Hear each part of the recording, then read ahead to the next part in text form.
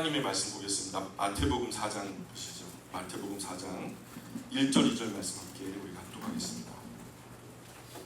마태복음 4장 1절 2절 말씀 같이 읽습니다. 시작.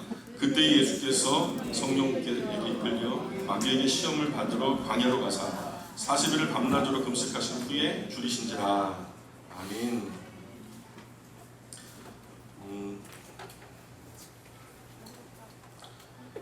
오늘 우리 마태복음 4장 들어갑니다. 우리가 지난주 주일 낮에 마태복음 3장 볼 때 3장에서 가장 중요한 사건이 어떤 사건이 있었죠?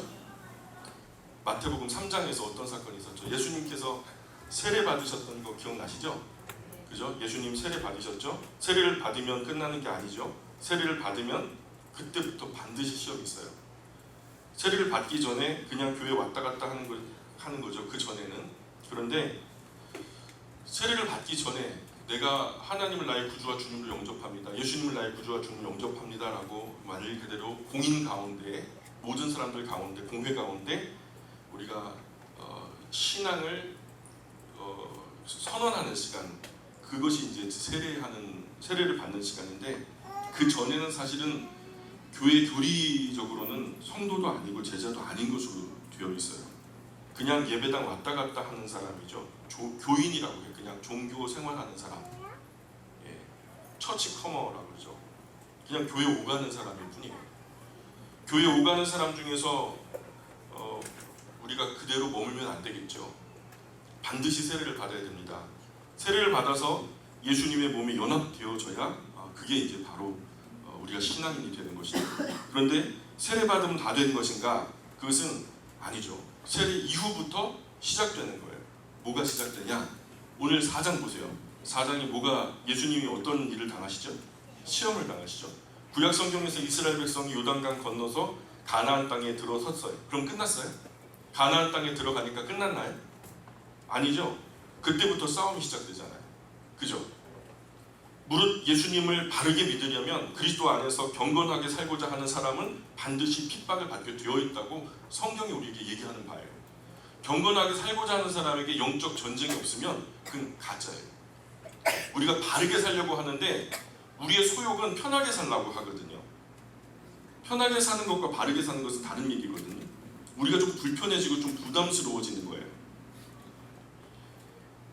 그래서 항상 시험이 있어요. 하나님의 말씀이 가르치는 방향으로 바르게 믿고 싶고 바르게 신앙하고 싶은데 그것은 우리의 소욕과 정반대되는 얘기를 하거든요. 반드시 시험이 생겨요. 갈등이 생기고 이 시험에 옳다 인정함을 받은 후에 주께서 약속하신 생명의 면류관을 너에게 주실 것이다 라고 약속하셨어요. 이 과정 없이는요 사실 생명의 면류관은 우리 것이 아니에요. 이제 막 신앙을 시작하신 새로 믿는 분들 말씀 잘 들으시길 바래요. 세례 받으면 끝나는 게 아니에요. 세례를 받고 나니까 이런저런 어려움이 있더라는 거죠. 갑자기 집안 사람들이 믿음을 가지고 시비를 걸어요. 내내 그냥 아무런 말도 없던 분들이 갑자기 예배당 다니는 거 가지고 막 이제 세례를 받으려고 하고 뭔가 제대로 된 신앙을 갖다가 제대로 시작해보겠다 하는데 자꾸만 시비가 걸리고 내내 아무런 상관도 안 하고 그냥 괜찮다던 남편이 갑자기 그냥 진짜 남의 편이 된다든지, 그죠? 평안하던 일상이 반드시 작든 크든 파문이 생기죠. 파문이라는 게 뭐죠? 호수에 잔잔한 그 물결 무늬조차 없는데 돌 하나 던지면 파장이 이렇게 퍼져나가죠. 그런 일상의 아주 고요한 순간에 뭔가 이렇게 일렁이는 파도가 생기는 거예요. 그러면은 이상하게 여기지 마시고 하나님이 나를 충성되게 여기셔서 뭔가 시작하시려나 보다. 그 시험에서 하나님 앞에 옳다 인정함을 받을 때까지 절대로 흔들리지 마시고 경건한 인격으로 잘 인내하셔서 승리하시기를 축복합니다. 그래서 알고 당하는 것하고 모르고 당하는 건 천지 차이죠. 이 시간 이렇게 말씀드리면 나중에라도 우리가 제대로 하나님을 믿고 뭔가 제대로 시작하려고 하는 그 순간에 어떤 파장이 오잖아요. 그러면은 그때 우리가 하나님 말씀 공부하면서 나왔던 마태복음 4장에서 예수님이 시험을 당하셨던 그 말씀 들으면서 배웠던 올 것이 온 거구나 하면서 우리가 이해를 하게 될 거예요. 준비를 하고 당하게 되니까. 그러면서 슬퍼하거나 절망하거나 주저앉지 마시고 하나님 앞에서 마음을 견고하게 다잡고 절대로 흔들리지 않도록 하셔야 됩니다. 천국 백성 하나님 자녀 되는 일이 그리 쉬운 일이 아니에요. 우리가 신앙인으로서 그리스도인이라는 이름 다는 것이 그렇게 쉬운 일이 아니라고요. 이런 시험 다 통과해야 돼요. 내가 잘못한 것이 아닌 것에 자꾸만 고통이 와요. 그 바른 옳은 삶을, 하나님 말씀이 가르치는 바른 삶을 살려고 노력하는데 자꾸 뭔가 어려움이 와요. 버텨내야 하는 인내, 이 과정을 거쳐서 하나님은 하나님의 자녀가 된 나를 하나님의 형상으로 아름답게 지금도 변화시켜 가기를 원하시거든요. 세례를 받으면 끝이 아니죠. 세례 받고 하나님의 자녀가 되고 참 일꾼 되려면 반드시 시험이 있죠. 심지어 하나님의 아들 하나님, 예수님조차도 시험을 당하시는 거예요. 자, 하나님은 누구를 친히 시험하시는 분이세요? 하나님은 누구를 친히 시험하시는 분이 아니세요. 오늘 이 시간 여러분 시험이라고 하는 것에 대한 바른 영적인 질서를 잡고 가셨으면 좋겠어요. 하나님은 누구를 친히 시험하시는 분이 아니세요. 야고보서 1장 한번 가볼까요? 야고보서 1장 13절 펴보세요. 야고보서 1장 13절, 야고보서 1장 13절, 14절, 15절 우리 다 같이 한번 읽어보겠습니다. 야고보서 1장 13절로 15절까지 말씀 다 같이 한번 합독으로 읽어보겠습니다. 시작. 사람이 시험을 받을 때에 내가 하나님께 시험을 받는다 하지 말지니 하나님은 악에게 시험을 받지도 아니하시고 친히 아무도 시험하지 아니하시느니라. 오직 각 사람이 시험을 받는 것은 자기 욕심에 끌려 미혹됨이니 욕심이 잉태한즉 죄를 낳고 죄가 장성한즉 사망을 낳느니라. 자, 하나님께서 하시는 것은 시험이 아니에요. 하나님은 우리에게 시험을 주시는 분이 아니에요. 하나님은 좀 바르게 표현하자면 내버려 두셔요. 우리의 죄된 성향, 성품 그대로, 우리의 욕심과 정욕 그대로 내버려 두시죠. 그러면 그 시험에 걸리는 것은 내 본성 때문에 시험에 걸려요. 이 내버려 두심이 하나님의 테스트예요. 하나님이 잠깐 손을 거두시죠. 각기 우리 자신의 욕심과 정욕대로 그냥 내버려 두시는 거예요. 오늘 14절, 오직 각 사람이 시험을 받는 것은 자기 욕심에 끌려 미혹됨이니, 하나님이 이런 것을 조장하시는 분이 아니시라고요. 그런데 하나님은 입장에서는 이것을 통과해서 우리가 더 성숙해지길 원하세요. 조금 더 하나님의 자녀답게 하나님의 형상으로 멋있게 다시 세워지기를 하나님은 원하시는데, 우리가 우리의 욕심과 정욕에 그대로 노출되고 내버려 두면요, 우리 스스로도 영적인 전쟁이 시작되지만 이 가운데 우리를 쓰러뜨리기 위해서 부추기는 존재가 있어요. 그게 사탄이라는 존재예요. 사탄이요, 귀신같이 알고 달라붙어가지고 여기서 완전히 주저앉기를 바라는 거예요. 하나님은 테스트를 통과해서 성숙하고 더 아름답게 변화되기를 원하지만 사탄은 이 계기를 템테이션, 유혹으로 해서 결국에는 우리가 주저앉고 쓰러지고 결국에는 사망으로 결론되기를 사탄은 틈타는 거죠. 하나님의 목적은 선하신 거죠. 마치 부모님이 자녀를 회초리질 해가지고 더 바르고 행복하게 살기를 교훈하는 것처럼, 훈육하는 것처럼. 그러나 사탄은 이 계기로 완전히 주저앉아 버리고 무너져 버리기를 원하는 것이 사탄의 뜻이거든요. 그래서 아주 못된 수작을 해요. 이런 순간에 이 징계와 저주의 차이가 이런 거거든요. 하나님은 징계를 통해서 더 성숙해지기를 원하지만 우리가 그 시험을 잘 견디지 못하면 완전히 주저앉아 버리죠. 우리 학교 다니는 친구들이 시험 보기가 싫대요. 시험 보고 싶은 학생들이 없더라고요. 근데 이 친구들이요, 그 시험 보기 싫어서, 공부하기 싫어서 학교를 떠나가 버리거든요. 이 인생이 망가지고 결국에는 바른 어떤 인생에 배워야 할 적절한 시기에 배우지 못함으로 인해서 주저앉아 버리는 이런 상황들이 있잖아요. 이거는 사탄이 원하는 거죠. 결국 그 어려운 시험을 잘 통과해서 건강하게 일어나 거룩한 영향력의 중심에서 사방팔방으로 하나님의 아름다움을 나타내 보여주는 것이 하나님의 뜻이란 말이죠. 같은 상황이어도 하나는 서기를 원하고 하나는 무너지기를 원하는 거예요. 하나님 입장에서는 테스트고 사탄의 입장에서는 템테이션이고. 그래서 하나님의 내버려 두심의 테스트는 우리를 영적 성숙함을 위해서 하지만 사탄의 템테이션은 우리를 무너뜨리고 죽이기 위함이라는 거죠. 이때 우리가 바른 곳에서 굳게 서가지고 의를 지켜내는 자세가 필요하다는 거죠. 아브라함도 이삭도 야곱도 요셉도 이 시험에 노출시켰거든요.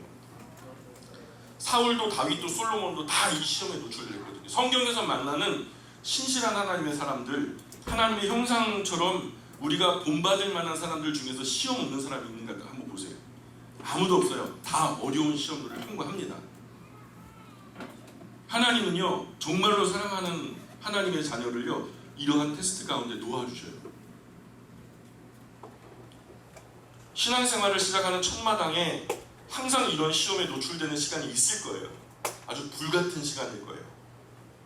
이것을 이상하게 여기지 마시기 바랍니다. 왜냐하면 성경이 이미 말씀하는 바니까 아주 정상적으로 바른 길로 들어서셨다 생각하시고 전혀 부담스럽게 생각하지 마시고, 이런 것 없이 가면 안 됩니까? 그죠? 이거 너무 부담스럽잖아요. 이 시험, 이거 너무 부담스럽잖아요. 이런 거 없이 가면 안 됩니까?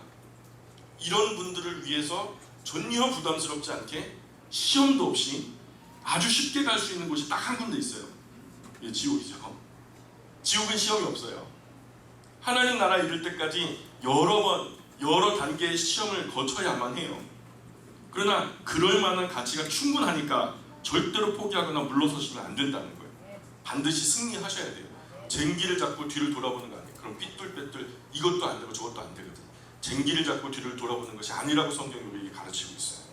올곧게 우직하게 앞으로 나가야 될 줄 믿습니다. 예수님께서 금식 기도를 며칠 하셨어요? 40일 하시죠.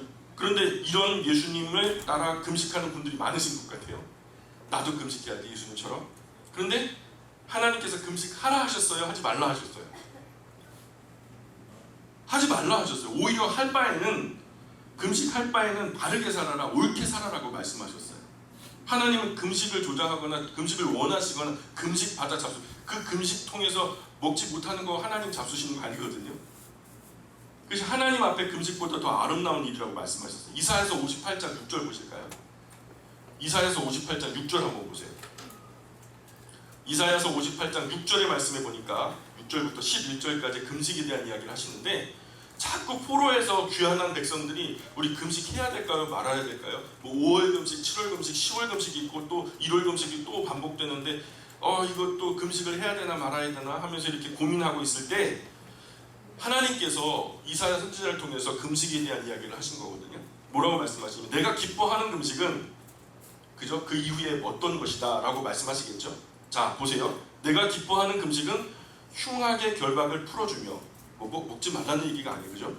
멍에의 줄을 끌어주며 압제당하는 자를 자유하게 하며. 금식의 능력이 그렇다는 게 아니고, 금식할 바에는 이렇게 압제당하는 자를 자유하게 하며 모든 멍에를 꺾는 것이 아니겠느냐. 또 주인 자에게 네 양식을 나누어 주며 유리하는 빈민을 집에 들이며 헐벗은 자를 보면 입히며 또 네 고륙을 피하여 스스로 숨지 아니하는 것이 아니겠느냐. 그리하면 네 빛이 새벽같이 비칠 것이며 네 치유가 급속할 것이며 네 공의가 네 앞에 행하고 여호와의 영광이 네 뒤에 호위하리니, 네가 부를 때에는 나 여호와가 응답하겠고 네가 부르짖을 때에는 내가 여기 있다 하리라. 금식기도 하면 하나님이 내가 여기 있다, 내가 응답한다, 이게 아니라 바르게 살면 하나님이 큰 금식하지 않아도 내가 여기 있다, 응답하겠다라고 약속하시잖아요. 만일 네가 너희 중에 멍에와 손가락질과 허망한 말을 제하여 버리고 줄인 자에게 내 심정이 동하며 괴로워하는 자의 심정을 만족하게 하면 네 빛이 흑암 중에서 떠올라 네 어두움이 낮과 같이 될 것이며 여호와가 너를 항상 인도하여 메마른 곳에서 내 영혼을 만족하게 하며 네 뼈를 견고하게 하리니 너는 물된 동상 같겠고 물이 끊어지지 아니하는 샘 같을 것이라. 무슨 말인지 가세요? 금식 대신에 흉악의 결박에 묶여있는 연약한 사람들을 풀어주라는 거예요. 금식할 바에는 그냥 멍에의 줄을 끌어주라는 거예요. 금식 대신에 압제당하는 자에게 자유를 주라고 말씀하세요. 금식 대신에 모든 눌린 어려운 사람들의 멍에를 꺾어버리라고 말씀하세요. 금식 대신에 배고픈 사람에게 너의 양식을 나눠주라고 말씀하시죠. 금식 대신에 유리하고 방황하는 사람을 집에 들여서 헐벗은 몸에 입을 것을 입혀주고 먹을 것을 먹여주라는 거죠. 대신에 가난한 친척 방문, 그 금식 대신에 가난한 친척이 방문해가지고 뭐 좀 도와주세요 그럴 때 그 가난한 친척을 위해서 방문을 열어주라는 거예요. 숨지 말라는 거예요. 그들을 피해서. 그러면 금식하지 않아도 아니 금식할 필요가 없어요. 그냥 왜 어두운 것이 그냥 환하게 될 것이고 뭐 병약하던 것도 강건하게 될 것이고 잘 되고 건강하고 형통한 삶이 시작된다라는 거예요. 그냥 하나님의 원리대로. 금식에 대해서 너무 더 궁금하시면은 그 유튜브에 보시면 아주 되게 유명한 분이 계셔요. 금식 이야기를 한번 쳐보세요. 예, 그러면은 잘생긴 사람이 한 명 나와요. 그거 보시면은 금식에 대한 정리를 제가 해놨으니까 금식 이야기 한번 검색해서 들어보시길 바래요. 1시간 동안 제가 금식 얘기만 했거든요. 자, 어쨌든 금식이 우리에게 주는 이점도 분명히 있어요. 금식하면요 의학적으로도 피가 맑아진대요. 금식하면 또 살도 빠져요. 정말 정막할 때 나라적으로 큰 어려움을 당하고 국가적으로 이 가문과 가정 안에 큰 어려움이 있을 때 하나님께 나가서 간절함으로 곡기를 끊고 하나님께 간절한 마음으로 엎드리는 거 그 당연하죠. 그럴 수 있어요. 금식할 수 있어요. 그래야죠, 당연히. 그러나 그런 이유가 아니라 금식이 교만의 재료가 될 것 같으면 하지 않는 게 좋다는 거예요. 어떤 분의 명함을 보니까 40일 금식 2회 성공, 20일 금식 6회 성공 막 이런 거 새겨가지고 다니시더라고요. 방언도 뭐 신유도 마찬가지. 어떤 신비한 능력도 하나님 앞에 교만의 재료가 될 것 같으면 스스로 제어하는 것이 좋아요. 이런 분들이 교회에서 제일 말썽 많이 부리는 분들이에요. 뭘 봤다, 뭘 들었다, 어떤 능력을 받았다 이런 분들이 교회에서 절대로 좋은 역할을 못 하시더라고요. 교회가 나눠지고 찢어지고 어려움 생기는 일들이 여기서 많이 생기더라고요. 성경에서 교만한 사람은 하나님 앞에 절대로 설 수 없다고 선언하고 있어요. 모든 것이 다 하나, 모든 것이 덕을 세우는 것이 아니라 성령의 은사는 덕을 세울 수 있어야 의미가 있는 것이겠죠.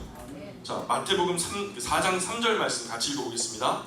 자, 이제 시험이 시작되는데요. 마태복음 4장 3절 시작. 시험하는 자가 예수께 나와 그에게 내가 하나님의 아들이오든 너희 돌로 떠나겠다. 시험하는 자가 누구죠?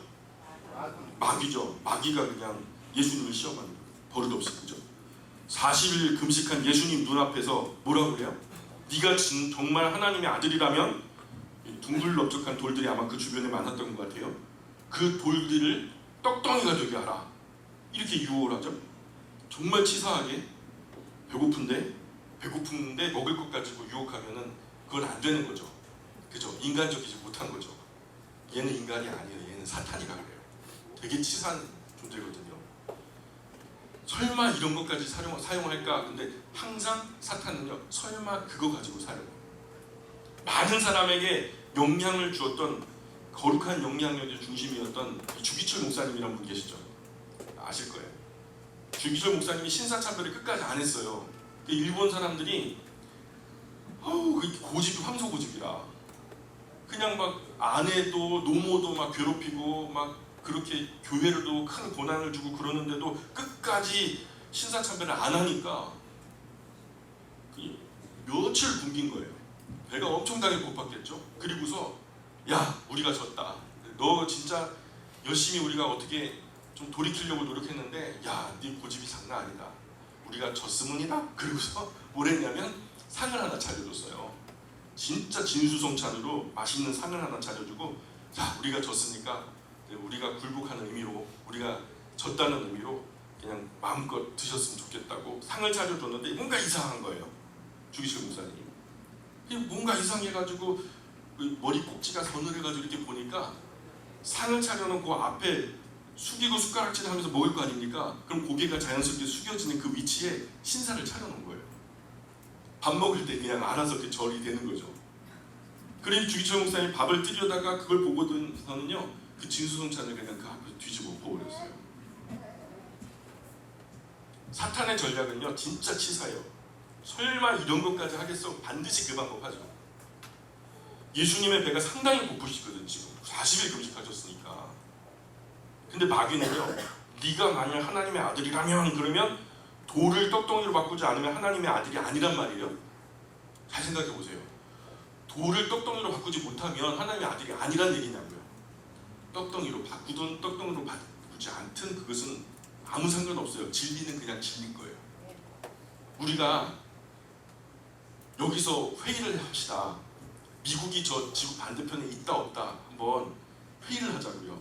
다수결의 원칙이 만장일치로 미국이 없다라는 결론이 났다 칩시다. 그럼 미국이 없는 거예요. 미국은 있어요. 그래도 우리가 회의를 하든 뭐 다수결의 원리를 어떻게 하든 아무 상관없어요. 진리는 그대로 진리인 거예요. 미국에서 오신 분도 계시잖아요. 그죠? 그런 일을 하든 안 하든 그런 기적을 하시든 안 하시든 하나님의 아들은 그냥 하나님의 아들이신 거예요. 누군가 우리에게 너 만일 그리스도인이잖아, 너 크리스찬이라면서 그러면 이거 해봐 저거 해봐 그러거든요. 그거 절대로 넘어가지 마세요. 진짜 치사하게 예수 안 믿는 사람들이요 그런 식으로 우리에게 도전을 하는 경우가 있거든요. 그래서 그 도발에 넘어가가지고 우리가 또 그런 짓을 해요. 또 그럼 된다 안 된다? 안 되는 거예요. 너 크리스찬이면은 이거 해봐 이렇게 유인할 때 예수님처럼 물리치시기를 부탁드려요. 예수님 뭐라 그러셨냐면 이 사탄아 물러가라. 따라해 보실까요? 사탄아 물러가라. 사탄 아니죠. 사탄이죠. 사탄아 물러가라. 이 사람이 요구하는 걸 안 해도 나는 그리스도인이에요. 그 사람이 요구하는 걸 해도 나는 그리스도인이에요. 아무 상관없어요. 그건 예수님을 구주와 주님으로 믿는 순간 나는 그리스도인 된 거예요. 예, 이런 꼼수에 넘어가면 된다 안 된다? 안 되는 거예요. 예수님은 성경에 있는 말씀 그대로 대적하시죠. 4장 4절 계속 읽어볼까요? 4장 4절 말씀 시작.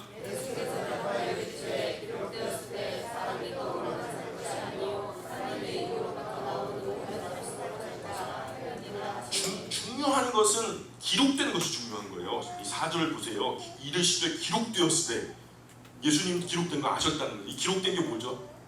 그죠? 성경이죠. 누가 무슨 소리를 해도 기록되었을 때 어디에? 성경에. 신명기 8장 3절의 말씀을 가지고 온 거예요. 이거 신명기 8장 3절의 말씀을 그대로 가져와서 인용하고 계신 거예요. 에베소서 6장에 보면은 다 우리 그리스도인들이 가지고 있는 것은 전부 다 방어용 무기인데 유일하게 공격용 무기가 하나 있어요. 그게 바로 뭐냐면 말씀의 검이라고 말해요. 예수님은 그 말씀의 검을 마귀에게 휘두르시죠. 마귀는 물러나지 않아요. 다시 예수님께 접근해가지고 더 강한 단계의 유혹을 하죠. 처음에 이스라엘 백성들이 출애굽한 이후에 하나님께 감사했죠. 모세의 노래, 미리암의 노래가 그런 감격 속에 쓰여진 거 아니겠습니까? 근데 불과 이틀 지나 3일째 되는 날 목이 말라요. 그죠? 가지고 나온 물 다 떨어졌죠. 먹을 것도 이제 눈에 선한데 야, 이 광야 지나면서 얼마나 어려울까 싶은 거죠. 그러니까 불평이 시작되기 시작해요. 그죠? 그리고서 제일 먼저 불평이 뭐 때문에 일어나죠? 마시는 거, 물. 그 다음에 먹는 거, 뭘 먹을까? 나중에 그걸 또 먹을 걸 다 채워주니까 또 그냥 먹는 게 아니라 맛있는 거 먹는 거. 그죠? 출애굽해가지고 그 애굽에 있을 때는 우리가 그 나일강가에서 나는 외와 마늘과 부추와 막 얼마나 맛있는 게 많아요. 고깃가마 곁에서 그냥 떨어지는 고기 조각이라도 주워 먹었는데 오니까 이 처음에는 꿀 섞은 과자 맛 같다 그러더니 이 기름진 과자다 그러더니 나중에 이 박한 식물을 내 앞에서 치워라 그러면서 하나님이 만나를 갖다 아주 그냥 그 천대하거든요. 그러면서 사람들이 이제 더 맛있는 음식 먹고 싶어가지고 막 처음에 시험이 뭐였어요? 먹고 마시는 거, 본능적인 거예요. 사탄이 우리를 처음 공격할 때는 제일 처음 본능적인 것 가지고 공격을 해요. 먹고 마시는 거, 성적인 거, 잠자는 거, 너무 피곤해갖고 쉬고 싶은 거 이런 것이 우리의 시험이 된다면 여러분 아직은 우리가 그 단계밖에 못 온 거예요. 이게 문제가 되지 않을 때 우리가 다음 단계의 성숙함으로 시험을 당하게 되는데요. 그게 바로 정신적인 거예요. 그 다음에 영적인 것으로 공격을 받거든요. 양상이 그렇게 진행되니까 한번 진짜 그런가 보시죠. 4장 5절 6절 한번 계속 읽어보겠습니다. 5절 6절입니다. 시작.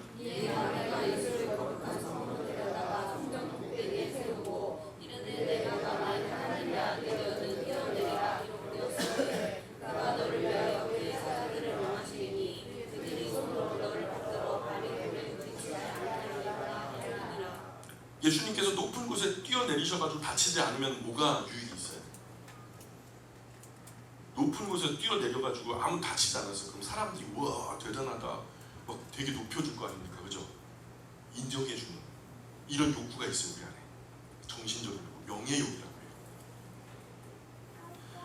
근데 또 보세요. 네가 만일 하나님의 아들이거든 하면서 마귀는 지금 이것이 진짜 두려운 거예요. 예수님이 진짜 하나님의 아들이거든요. 진짜 예수님이 하나님의 아들이니까 마귀가 가장 두려운 것은 가장 두려운 것을 공격하겠죠. 그죠? 만일이 아니라 그냥 하나님의 아들이시거든요. 그런데 마귀가 금방 예수님을 따라해요. 예수님 방금 첫 번째 물리칠 때 뭐라 그랬죠? 기록되었으되 그랬잖아요. 오늘 보니까 마귀도 뭐라 그래요? 기록되었으되. 예수님도 성경을 가지고 공격을 하시니까 마귀도 성경을 가지고 기록되었으되 하면서 어디 말씀을 가지고 오냐면 시편 91편의 말씀을 인용하는데, 좀 좋은 성경 보시면 각주가 있을 거예요. 그 따라가시면 시편 91편이라고 나오거든요. 시편 91편에 가만히 첫 절부터 끝절까지 다 읽어보세요. 정황이 맞는 얘기인지 틀린 얘기인지. 전혀 엉뚱한 구절을 끌어와가지고 문맥에도 맞지 않는 어색한 것을 가지고 와가지고 어설프게 적용하고 있어요. 그러면서 시편 91편의 말씀을 엉성하게 적용하면서 그렇게 예수님을 유혹하고 있죠. 성경에 나왔잖아 하면서 보호해 주실 거야 하나님이. 전혀 정황이 안 맞는. 하와도 그랬죠. 하와도 사탄이 나타나가지고 뱀 속에서 유혹하면서 야, 하나님이 너네들 진짜 이거 따먹는 날에는 어떻게 죽는다 그랬어? 그랬더니 진짜야? 그랬더니 하와가 뭐라 그러죠? 죽을까 하노라. 죽을까 하노라. 사탄은 분명히 알고 있거든요. 아담에게 하나님께서 그 말씀을 하실 때 정령 죽으리라 말씀하셨던 것을 반드시 기억하고 있거든요. 그런데 모른 척하고서 한 달이 걸려서 하와에게 이렇게 얘기해 보니까 죽을까 하노라 하니까 어설프게 알거든요. 그러니까 한 발 더 치고 나가면서 사탄이 뭐라 그랬어요? 결코 죽지 아니하리라.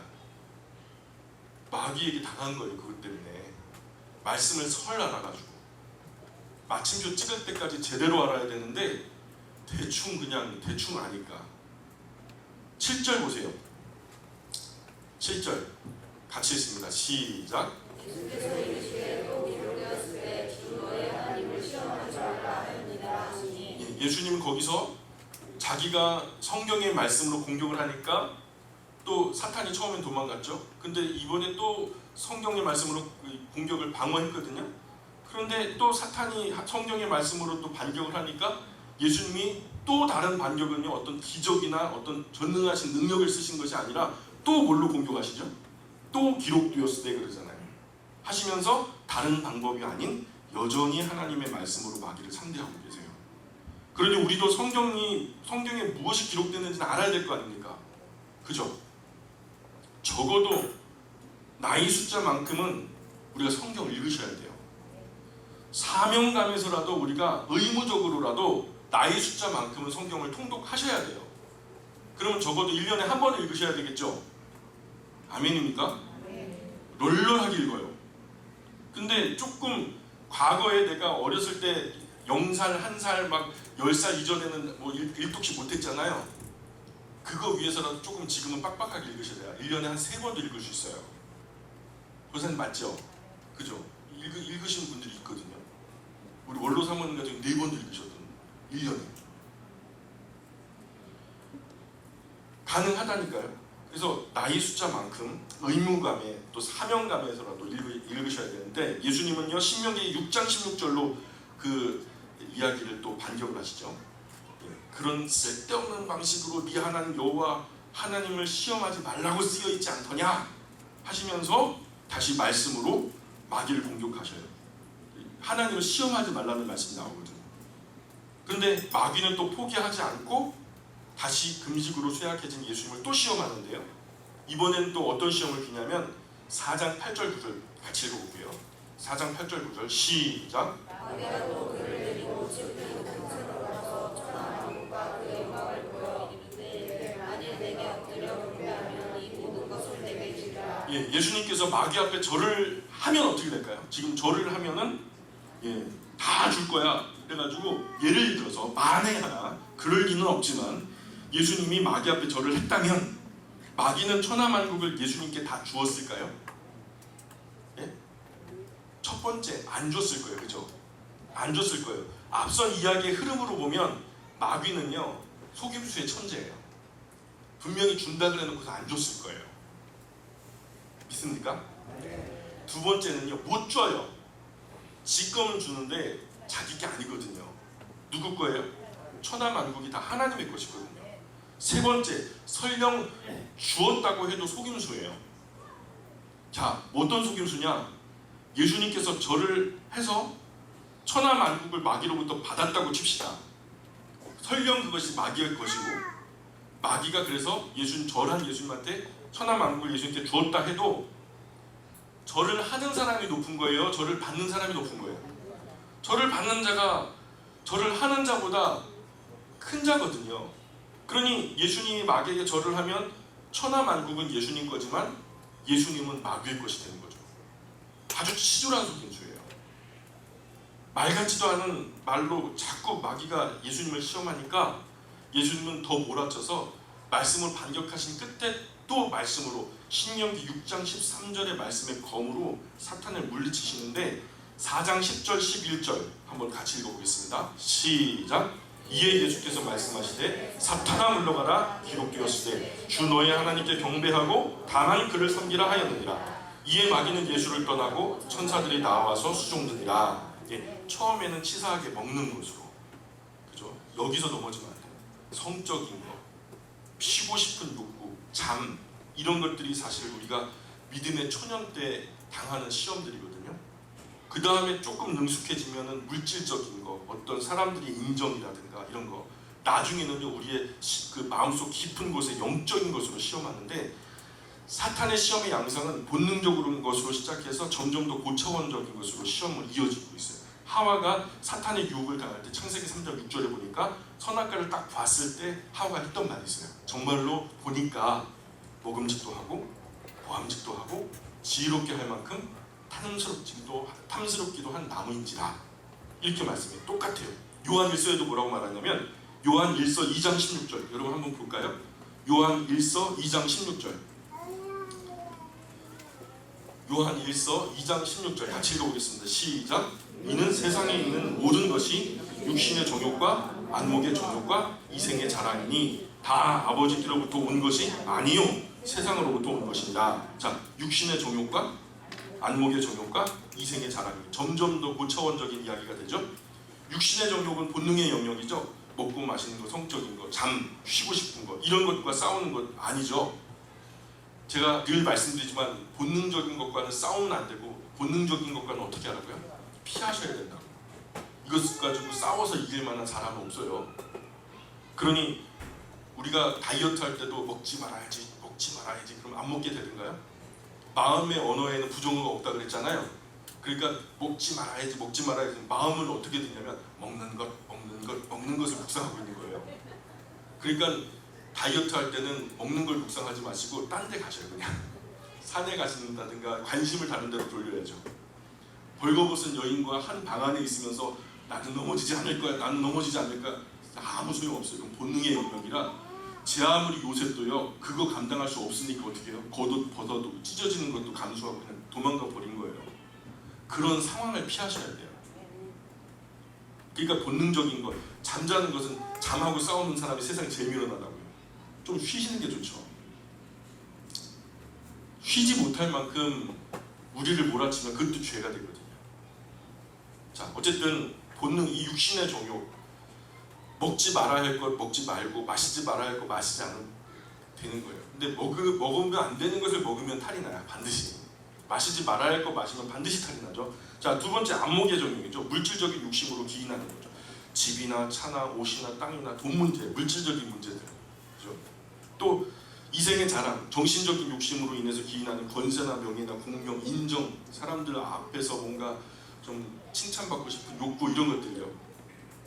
구약에서 광야에서 들어선 이스라엘 백성들도 처음에는 그런 것으로 시작했다가 나중에는 그렇게 점점점 고차원적인 것으로 되는데, 나중에 구약의 광야 시절이 끝나갈 때에 1세대들은 다 죽어버리고 2세대들 앞에 뭔가 큰 시험거리가 왔어요. 뭐냐? 먹고 마시는 문제는 아니었고요.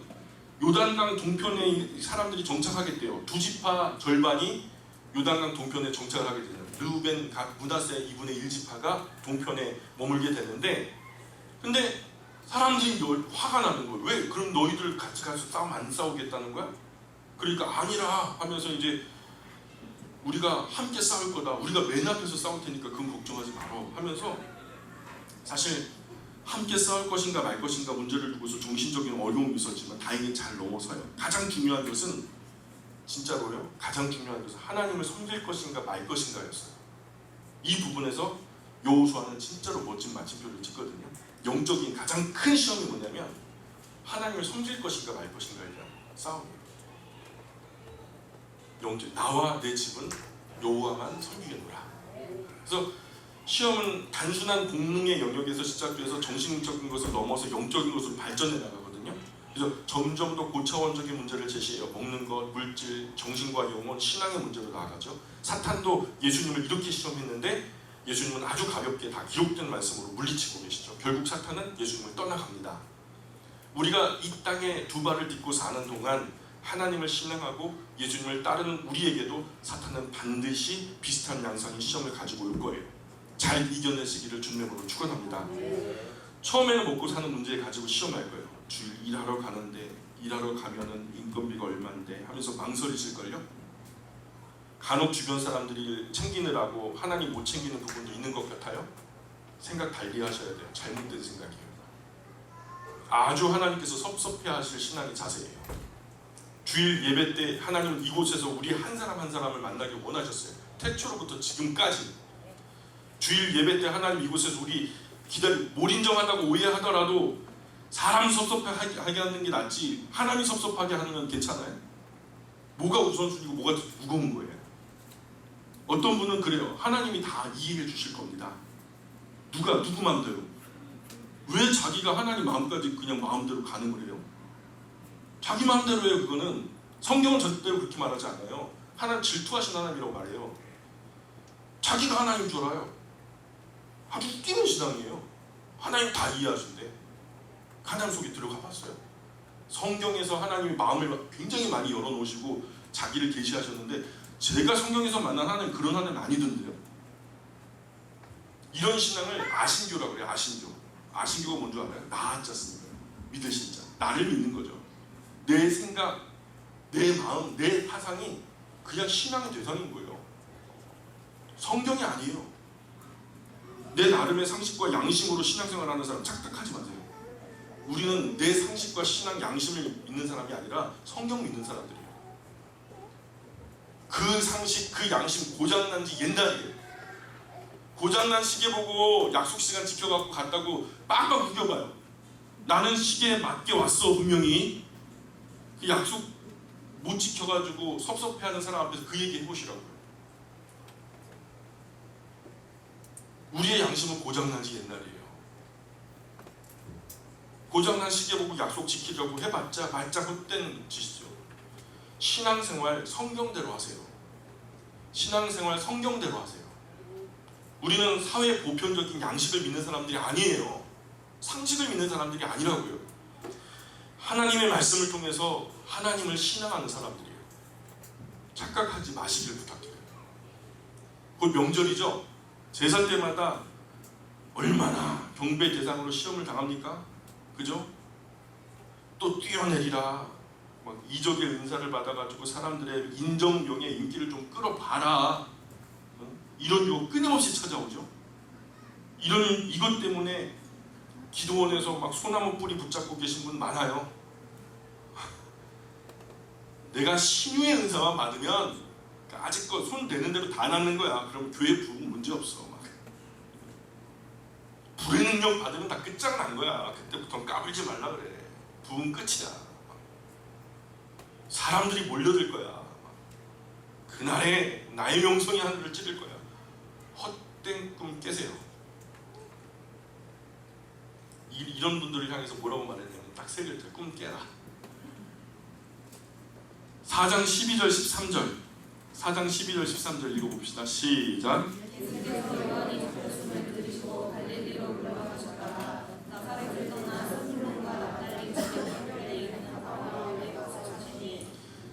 우리가 하나님 말씀 읽을 때 좀 마음속에 막 이렇게 반감이 막 오고 그러잖아요. 그거는 우리 안에 있는 악한 영들이 우리를 붙들고 있었던 부분들에 대해서 반작용이 생기는 거예요. 이상하게 여기지 마세요. 당연히 그러니까. 그러나 그것에 깊이 고민하셔요. 그리고 하나님의 말씀을 기준으로 잘못됐다면 나를 뜯어 고치는 것이 가장 지혜로운 그리스도라고 믿습니다. 자, 세례 요한이 잡혔어요. 그때 예수님은 나도 잡아가라, 나를 잡아가라 그렇게 말씀하지 않으셨죠? 아직 때가 이르지 않은 것을 예수님은 아셨거든요. 물러설 때와 다가설 때를 아시는 거죠. 이런 때는, 이 어려움의 때는요, 피해야 돼요. 아직 하나님의 때가 이르지 않은 것을 예수님은 아셨으니까. 기도 열심히 하고, 여러분 미친 개 옆에 서보세요. 기도 열심히 하고 하나님이 나를 저 미친 개의 입을 탁 틀어 막으셔서 나를 물지 않게 하실 거야.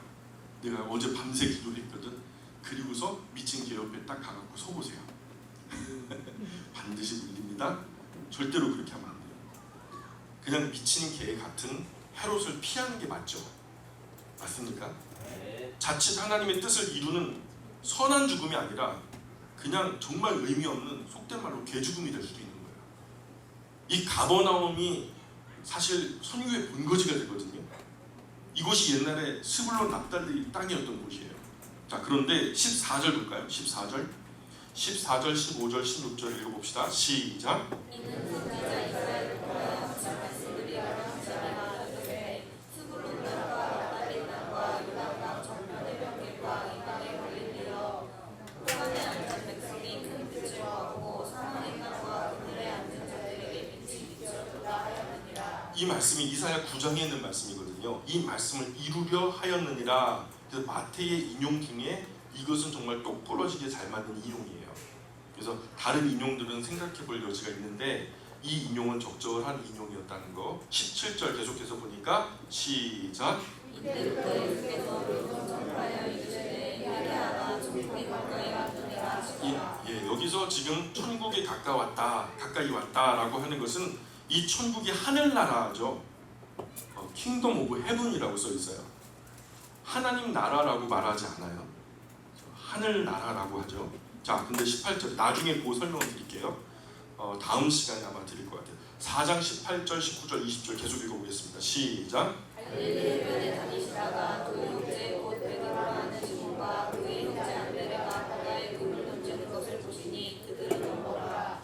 말씀하시되 나를 따라오라. 내가 너희를 사람을 낳는 것과 되게 하리라 하시니 그들이 그 그물을 버려두고 예수를 따르니라. 아멘. 이렇게 화끈하게 따라오면 얼마나 좋아요. Follow me 그러면 yes 하고 따라가면 좋잖아요. 좀 좋아요. 근데 그렇게 안 와요, 그죠? 근데 예수님 지금 한마디에 한 형제가 따라요. 한 사람이 아니라 두 형제가 따라오는 거예요. 1+1이죠. 지금 베드로 했는데 안드레까지 따라오잖아요. 근데 이게 야고보 그러니까 요한이 따라오죠. 또 마태 그 알페오의 아들이라고 하는 사람이 있잖아요. 지금 이 성경을 썼던 마태 같은 경우에도 알페오의 아들들인데 이 알페오와 작은 야고보를 그려줬던 야고보도 형제거든요. 그래서 예수님은 그렇게 형제끼리 부르시는 걸 좋아하셨던 것 같아요. 그죠? 요한 웨슬레, 찰스 웨슬레 그 형제거든요. 기독교 역사에 형제 간의 부름을 받아가지고 큰 일을 했던 위인들이 참 많이 있어요. 자, 그런데 이렇게 베드로와 안드레 형제를 부르신 예수님이요, 이제부터 너희가 사람을 낳는 어부가 되게 해줄게. 자, 지금 베드로와 안드레의 직업이 뭐죠? 어부죠. 지금 예수님께서 어떤 용어로 전도하신 거죠? 어부의 용어로 전도하신 거죠. 자, 그래서 물고기 잡던 그물을 버려두고 예수님을 쫓아가요. 니고데모에게는요 아주 깊이 있게 교리적으로 파고드는 사람인지라 사람이 거듭나지 아니하면 하고 다가가시죠. 사마리아 그 우물가에 수가성 여인 아시죠?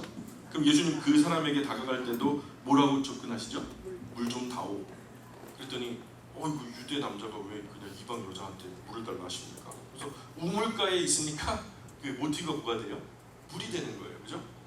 그리고 목수에게는요, 집 지은 이마다 지으신 이가 있는데 집마다 지은 이가 있으니 만물을 지으신 분이 하나님이시다 하면서 예수님은요 그 사람의 삶의 배경을 깊이 이해하시고 그 사람의 눈높이에 맞는 이야기를 들려주세요. 그래서 그 삶의 배경을 깊이 이해하시고 정황에 맞게 적절하게 부르시고 계시는 거죠. 엉뚱하게 그 사람을 전혀 이해하지 않고 그 사람에 대한 배려도 없이 막말하신 것이 아니라 그 사람의 삶의 배경을 깊이 이해하시고 도전하시죠. 어부에게는 어부답게, 바리새인에게는 바리새인답게, 우물가에 있는 사람이고 우물가에 있는 사람답게. 하나님은 나를 어떻게 부르셨어요? 이 자리에 앉아 계신 여러분은 하나님께서 어떻게 부르셨나요? 아마도 각 사람마다 다 상황이 다르겠지만 하나님은 가장 아름다운 나의 언어로 나를 부르셨다고 저는 믿습니다. 환경이 다르니까 하나님께로 부르심을 받는 간증이 다 다르지 않겠어요? 누구처럼 하면서 그렇게 하진 않으셨을 것 같아요. 누구처럼 그렇게 하진 않았어요. 그래서 신앙은 지극히 개인적인 상황에 입혀진 우주적인 은혜다라고 저는 믿어요. 그러니 그 은혜의 옷이 절대로 같을 수가 없어요. 그러니 신앙은 비교하면 된다 안 된다? 안 된다. 왜냐하면 많은 사람의 역사는 하나님의 역사는 다 달라요. 어떤 때는 초년의 은혜의 복을 주셔서 뭔가 잘 되는 것 같은 그런 모습을 보게 하시고, 어떤 사람에게는 내내 고난의 잔을 주시다가 마지막 날에 하나님께서 그 영광을 보게 하시는 사람도 있거든요. 그러니까 그 신앙의 양상은요, 1만 사람이 있으면 1만 사람이 다 달라요. 그러니 신앙을 비교하는 것이 아니다. 결국 신앙뿐만 아니라 삶 자체를 비교하는 게 아니잖아요. 그죠? 그래서 비교 이행시 제가 지어드렸잖아요. 비굴해지거나 교만해지거나 비교. 그죠? 자, 21절 계속 읽어보겠습니다. 4장 21절입니다. 시작. 거기서 더하시다가 다른 두 형제 곧 세베대의 아들 야고보와 그의 형제 요한이 그의 아버지 세베대와 함께 배에서 금을 깁는 것을 보시고 부르시니. 예, 그래서 여기서 야고보와 요한이 또 부름을 받는데, 예수님은 놀고 있는 사람 부른 적 없죠? 꼭 무슨 일을 열심히 하던 사람을 부르세요. 그죠? 빈둥빈둥하는 사람 부른 적이 없어요. 금을 깁는 것을 보시고, 그 금을 깁는 게 뭐 하는 거죠? 일하던 사람이 일하는 모습을 보면 그 사람의 성격, 인격 다 나타나거든요. 자, 그래서 22절에도 보니까 그들이 곧 배와 아버지를 버려두고 예수를 따르니라. 정말 큰 복을 얻는 사람들이 있죠. 베드로와 안드레, 야고보, 요한, 물고기와 함께 평생을 마감할 인생이 영원한 삶을 가리키는 별같은 존재들이 되는 순간이죠. 정말 이럴 때는요, 큰 부담을 감수하는 거죠. 무언가를 놔야 무언가를 잡을 수 있잖아요. 넉마 같은 것을 놔야 보배로운 것을 잡을 수 있거든요. 신앙이란 게 그런 것 같아요. 우리의 삶을 던져야 다른 곳에 안착할 수 있을 테니까. 지금 있는 거 한 발 딛고 더 좋은 거 한 발 또 딛고 여기가 견고해지면은 무게중심만 살짝 올려놓으려고 하는 사람을 뭐라 그러죠? 양다리 걸친 사람이라 그러죠. 결코 이런 사람을 인격적으로 좋은 사람이라고 평가하지 않죠. 세상과 교회 사이에서 양다리 걸치고 계신 분이 있다면 빨리 좌우단간 결정하시길 바랍니다. 자, 23절입니다. 계속 읽습니다. 시작. 예수께서 온 갈릴리에 두루 다니사 그들의 회당에서 가르치시며 천국 복음을 전파하시며 백성 중에 모든 병과 모든 약한 것을 고치시니. 네. 자, 그래요. 그래서 첫째는 가르치셨어요. 그죠? 회당에서 가르치셨다. 그러면 회당에서 뭘 가르쳤을까요? 이때 당시 회당에서는 뭘 가르쳤냐면 이 구약 성경을 가르쳤어요. 예수님께서 그것이 이것이다라고 성경을 가르치는 거예요. 두 번째는 천국 복음을 전파하셨대요. 세 번째는 약한 것을 고치셨대요. 자, 가르치시고 선포하셨고 고치셨어요. 예수님의 3대 사역이라 해요. 요거를 뭐라고요? 가르치시고 선포하시고 고치셨어요. 이게 3대 사역이라고 해요. 오늘 교회가 해야 할 일이기도 해요. 교회가 해야 할 가장 첫 번째 일이 뭐죠? 가르치는 일. 뭘 가르치죠? 하나님의 말씀 가르치는 거죠. 자, 24절, 25절 계속했습니다. 시작. 그의 소문이 온 소리아에 퍼진지라 사람들이 모두 앓는 자, 곧 종병에 걸려서 곤란한 자, 거짓들린 자, 갈질하는 자, 죽은 자들을 보니 그들을 고치시라. 갈릴리와 데가폴리와 예루살렘과 유대와 산과 동쪽에서 수많은 무리가 따르니라. 아멘. 데가볼리라는 것이요, 원래 원어상에는 데카폴리스예요. 데카폴리스. 데카라는 것이 10개라는 열이라는 숫자고요. 폴리스는 도시라는 거죠. 10개의 도시를 말하는 거예요. 데가볼리, 데카폴리스라는 건데, 스키도폴리스, 히포스라, 가다라, 벨라, 필라델비아, 거라사, 기온, 가나다, 다메섹, 라비나 뭐 이런 도시예요. 이렇게 10개 도시를 데카폴리스라고 하는데, 갈릴리와 데카폴리스와 예루살렘과 유다, 요단 저편에 허다한 무리가 와서 예수님을 쫓았다라는 거죠. 그런데 이렇게 수많은 사람이 아니라 수많은 무리가라고 그러죠. 사람 정도가 아니라 여러 사람의 무리가 예수님을 따랐다는 거죠. 그런데 예수님께서 십자가에 오르실 때 보면은 다 버리고 도망가죠. 일부는 군중 틈에 끼어가지고 예수님을 그냥 버리고 도망가는 정도가 아니라 군중 틈에 끼어가지고 십자가에 못 박아서 할 때 목소리를 보탠 사람들도 있었을 거예요. 굿이나 보고 떡이나 먹겠다는 사람들이 대부분이었어요. 예수님 따라다니는 사람들 중에. 정말로요, 무리 중에는요 은둔하기가 쉽거든요. 큰 교회에서 신앙생활을 할 때 거짓된 믿음으로 내가 착각하며 신앙생활을 할 수 있어요. 의사도 포기했고 다른 방법도 없으니 믿져야 본전이니까 병이나 고쳐보겠다고 예수님 따랐던 사람들도 많았을 거예요. 예수님 안에 참된 진리가 있고 생명이 있고 영생의 길이 있어서 다른 사람은 천에 하나 만에 하나 진짜 하나 있을지 모를. 예수님께서 승천하실 때 감람산의 일시에 몇 명에게 보이셨죠? 성경의 기록에 보면 500여 성도에게 보이셨다는 거예요. 왜 예수님께서 다시 사셨고 그 중요한 순간에 예수님 곁에 500명밖에 없었을까요? 왜냐하면 예수님의 이러한 이야기, 영적인 사역에 관한 이야기를 다 누구에게나 벌려놓고 얘기하셨는데 그것을 들을 수 있는 귀가 있었던 사람이 이것밖에 없었거든요. 약 500여 명 정도예요. 그래도 예수님을 끝까지 바르게 인식한 것으로 보여요. 12제자에게 70인의 제자, 120문도, 500여 이런 형제들, 이 정도가 예수님을 인식한 정도죠. 그 엄청난 무리들 가운데 대부분의 사람들이 예수님의 이러한 사역에 대해서 이해하지 못했다는 거예요. 수만 명 밀리고 밟힐 만큼 군중들이 몰려왔어도 대개는 야, 뭐 굿이 있단다. 그럼 떡 먹어야지. 굿이나 보고 떡 먹으려고 하는 그런 사람들이 대부분이죠. 이 자리에 있는 우리가 그렇게 되지 않았으면 좋겠어요. 다 성경을 통해서 말씀 안에 참된 진리와 생명을 발견하고 그 영생의 복된 길로 들어서시는 참된 하나님의 자녀, 예수님의 제자들이 되기를 주님의 이름으로 축복합니다. 기도하겠습니다. 하나님 아버지, 오늘 하나님을 신앙하는 우리의 삶에 시험하는 자의 시험이 있다는 것을 확실히 알게 되었습니다. 그 시험의 양상을 우리가 잘 들었으니 그 시험에 넘어지는 자 되지 않게 하시고 그 시험을 넘어서는 우리 모두가 되게 하여 주옵소서. 그리하여 하나님 앞에 옳다 인정하심을 받은 참 하나님의 자녀, 예수님의 제자들이 우리 모두가 될 수 있도록 도와주시고 인도하여 주옵소서. 한 주간의 삶도 주님께 의지합니다. 늘 한순간도 손 놓지 마시고 영원히 함께하여 주옵소서. 거룩하신 예수님 이름 의지하여 기도합니다. 아멘.